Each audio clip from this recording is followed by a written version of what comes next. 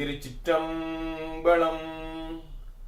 ஆடு மாடு தேடினும் யானை சேனை தேடினும் கோடி வாசி தேடினும் குறுக்கே வந்து நிற்குமோ? ஆடு மாடு தேடினும் யானை சேனை தேடினும் கோடி வாசி தேடினும் குறுக்கே வந்து நிற்குமோ? ஓடியிட்ட பிச்சையும் உகந்து செய்த தர்மமும், ஓடியிட்ட பிச்சையும் உகந்து செய்த தர்மமும் சாடிவிட்ட குதிரை போல் தர்மம் வந்து நிற்குமே. சாடிவிட்ட குதிரை போல் தர்மம் வந்து நிற்குமே. திருச்சிற்றம்பலம். சித்தர் பாடல்.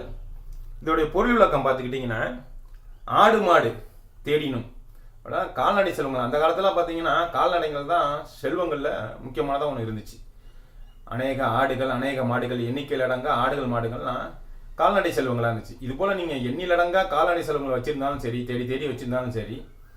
யானை சேனை தேடினும், யானைப்படை, இந்த உலகத்திலேயே சிறந்த வீரர்களான எல்லா வீரர்கள் கொண்ட ஒரு சேனைப்படையும் வச்சுருந்தாலும் சரி, நீங்கள் நாட்டுக்கே ராஜாவாக இருந்து இவ்வளோதையும் வச்சுருந்தாலும் சரி, இந்த உலகத்தில் எவ்வளோ செல்வங்கள் இருக்கோ எல்லா செல்வங்களையும் தேடி வச்ச பெரிய கோடீஸ்வரனாக இருந்தாலும் சரி, கோடிவாசி தேடினும், யானை சேனை தேடினும், கோடிவாசி தேடினும், ஆடு மாடு தேடினும் குறுக்கே வந்து நிற்குமோ?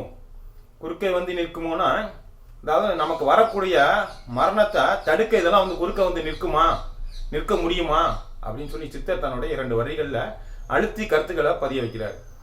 யோசனை பண்ணி பாருங்க. நம்ம என்னதான் செல்வ செழிப்பாக இருந்தாலும், கோடி கோடியாக செல்வம் சேர்த்து வச்சிருந்தாலும், நம்மளை சுற்றி எவ்வளோ பலமான ஆளுங்க வச்சிருந்தாலும் சரி, மரணம் வரும்போது இதெல்லாம் வந்து நம்மளை தடுக்குமா? மரணத்தை தடுக்குமா? குறுக்க வந்து முடியுமா? முடியாது. எது தடுக்கும்?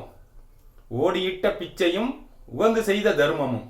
நம்ம ஓடியிட்ட பிச்சையும் மனசார செய்த தர்மமும் வந்து தடுக்குமா? எப்படி தடுக்குமா அதுவும் அப்படின்னு பார்த்துக்கிட்டிங்கன்னா, சாட்டையால் சாடிவிட்ட குதிரை போல், சாட்டையால் அடித்து சாடிவிட்ட குதிரை போல் சட்டென்று வந்து குறுக்க வந்து நின்று தடுக்குமா?